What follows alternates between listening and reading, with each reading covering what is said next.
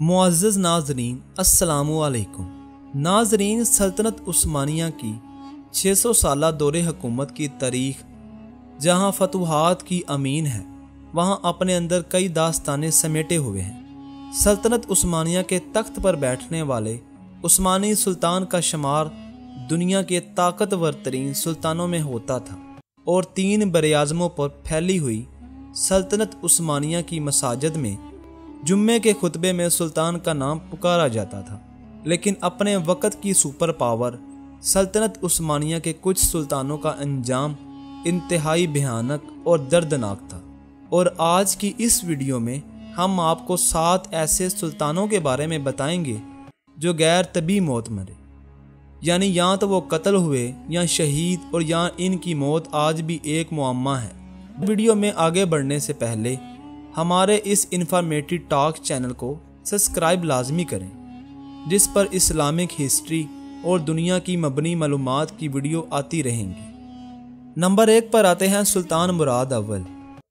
नाजरीन, सुल्तान मुराद अव्वल सुल्तान अरबान गाजी के बेटे थे और सल्तनत उस्मानिया के बानी और अज़म बहादुरी के पैकर सुल्तान उस्मान बेग आपके दादा थे। सुल्तान मुराद अव्वल 1359 में अपने वालिद की वफ़ात के बाद तख्त नशीं होने वाले तीसरे उस्मानी सुल्तान थे। इन्होंने मुख्ता शहर अदरना को दारुल हुकूमत करार देकर यूरोप में उस्मानी पेश कदमी को मजबूत किया और बिल्कान का बेशतर इलाका उस्मानी सल्तनत में शामिल किया और बाज़ हुक्मरान को खराज देने पर मजबूर किया। नाजरीन, सुल्तान मुराद अव्वल पहले हुक्मरान थे जिन्हें आल उस्मान को पहली बार सल्तनत उस्मानिया में तब्दील किया। इनके दौरे हुकूमत में मौजूदा बुल्गारिया का दारुल हुकूमत सूफिया सल्तनत उस्मानिया में शामिल हुआ। इन्होंने पहली जंग किस्सों में बिल्कान की मसीही अफवाज को शिकस्त दी। जंग में फतह के बाद सुल्तान मुराद अव्वल अपने खैमे में आराम कर रहे थे कि एक जख्मी सर्द फौजी खैमे में दाखिल हुआ और सुल्तान के पेट और गर्दन पर खंजर के वार किए, जिसके बायस सुल्तान मुराद अव्वल शहीद हो गए। सुल्तान मुराद अव्वल शहादत पाने वाले पहले उस्मानी सुल्तान थे। नंबर 2 पर आते हैं सुल्तान मुस्तफ़ा अव्वल। नाजरीन, सुल्तान मुस्तफ़ा अव्वल को मुस्तफ़ा पागल भी कहा जाता था।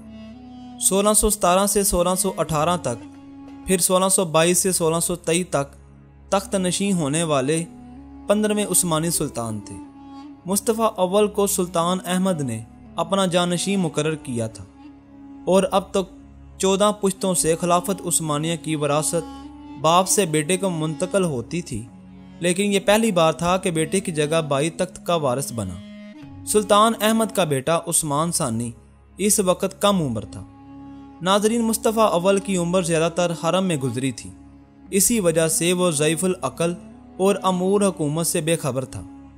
मुस्तफ़ा अव्वल की नाअहलियत के वाज़िया हो जाने के बाद उमराए सल्तनत ने यह हाल देखकर इसको 3 माह बाद 16 फरवरी 1618 को तख्त से उतार कर सुल्तान अहमद के नज़द 14 साला बड़े बेटे उस्मान सानी को तख्त सुल्तान उस्मानी पर बिठा दिया। जबकि सुल्तान उस्मान सानी की वफ़ात के बाद एक बार फिर सुल्तान मुस्तफ़ा अव्वल सल्तनत उस्मानिया के सुल्तान बने, मगर 1 साल बाद सुल्तान मुराद राबिया ने इनकी हुकूमत का तख्ता उलट दिया। नाज़रीन, सुल्तान मुस्तफ़ा अव्वल की मौत कई अंदाजे लगाए जाते हैं।